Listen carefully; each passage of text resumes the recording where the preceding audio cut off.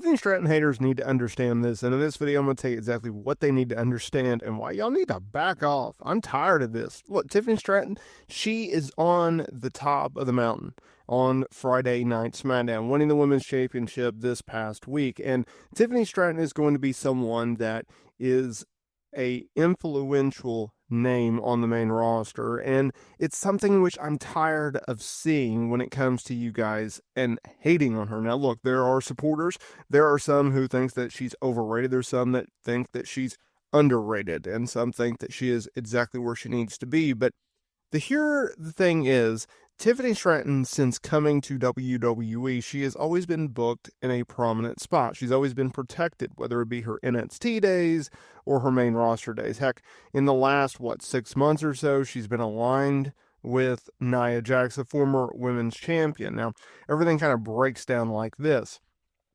Ironically, Nia Jax and Tiffany Stratton have been tied at the hip over the last several months. If you go back, Tiffany Stratton winning Money in the Bank, holding that briefcase for 153 days, outing some of the best that WWE's women's division has to offer. And it was Nia Jax who won the Queen of the Ring tournament, earning a championship match at SummerSlam, then defeating Bayley, ironically from the help of Tiffany Stratton. And I think it was only ironic even more that throughout their journey, it was Tiffany Stratton turning on Nia Jax in the end. Most people would agree. Most people thought that Tiffany Stratton would be the one to dethrone Nia Jax. She would cash in Miss Money in the Bank briefcase, that contract, giving her a title shot up to 1 year on Nia Jax because, well, heels will do heel things, and that's exactly what Tiffany Stratton did to Nia Jax. I think if you look at how they did it, obviously, Tiffany Stratton, she waited for Nia Jax to defeat Naomi on the January 3rd episode of SmackDown, retaining the Women's Championship, only get into a post-match brawl with Bianca Belair before capitalizing, cashing in Money in the Bank, hitting her signature moonsault finisher, and getting the 1-2-3. Here is what Tiffany Stratton haters need to understand. Everyone that has always denied her, always doubted her, they're doing the exact same. She's not going to be a flame out when it comes to a women's champion. She's going to be great. She's not going to fail. She's going to be great. She's going to be a great women's champion, and she's going to be a top star for WWE for years to come. She has a real potential to be one of the biggest names in the history of this business. And the reason I say that is because she hits every check box on a checklist.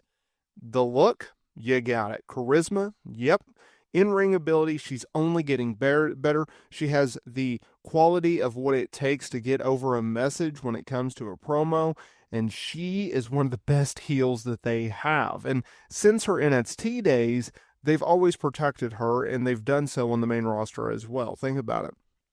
As soon as she hit NXT, you knew she was going to be someone because she has that it. She has that charisma as quality. She has something that sets you apart from everyone else. And when you do that, your chances of getting protected, therefore getting used, therefore getting booked in a prominent way, well, it only skyrockets. And that's exactly what happened in the case of Tiffany Stratton. And so she had a outstanding NXT run, NXT Women's Champion, feuding with Becky Lynch, right? Getting Becky Lynch her first and only NXT Women's Championship run, and then obviously called up to the main roster where you knew they were going to do big things with her. And that's exactly what they did. And as a heel, she has elevated the baby faces on SmackDown. And she has only gotten better every single time that she gets in front of the camera, whether that's cutting a promo, whether that's doing an in-ring match. Tiffany Stratton is going to be around for a while, and so you just have to accept that. Now, as we move on, obviously the big question is when? When do they do the rematch with Nia Jax? Now, obviously, as according to this video, I don't know, but they have a few options, right? You could run it and do it at Saturday Night's Main Event, January 25th, or you could do it at the Royal Rumble on February 1st. If I had to guess, we're going to get it on Saturday Night's Main Event, but I could look like a doofus by the time you hear this video and they book it for another date. That doesn't matter. What's going to happen in the rematch? That's the bigger question, isn't it? That's the $1,000,000 question.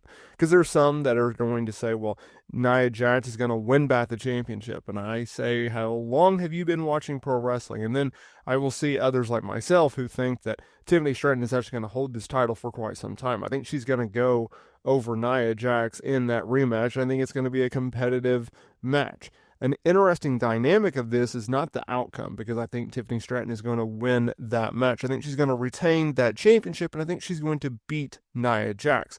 I actually think that Tiffany Stratton is going to make it to WrestleMania. More on that in a minute. Here's the interesting part. Do they at least try to make an attempt to make Nia Jax a heel? Right? That's a big undertaking. That's a big ask. That's a big time moment if they do. A babyface, because she's been a heel. Do they try to make her a babyface? I wouldn't. There's not a lot of likability when it comes to the Nia Jax character, right? And let's be real, there's not a lot of likability when it comes to Nia Jax, the person, right? I'm sure she's great to her family, but like the whole pandemic thing that kind of showed her true colors. But in all fairness, that was years ago. People change all the time. Maybe she's changed. I don't know her, and I'm not going to pretend to know her.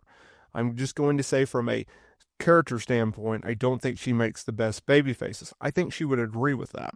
And it's also a heck of a lot funner, according to wrestlers, to play a heel than it is a baby face, right? So I think at the end of the day, you have to go heel versus heel. I don't know if I want to see a Nia Jax babyface, and I certainly don't want to see a Nia Jax babyface versus a heel Tiffany Stratton. And I'm not saying that Tiffany Stratton should turn heel.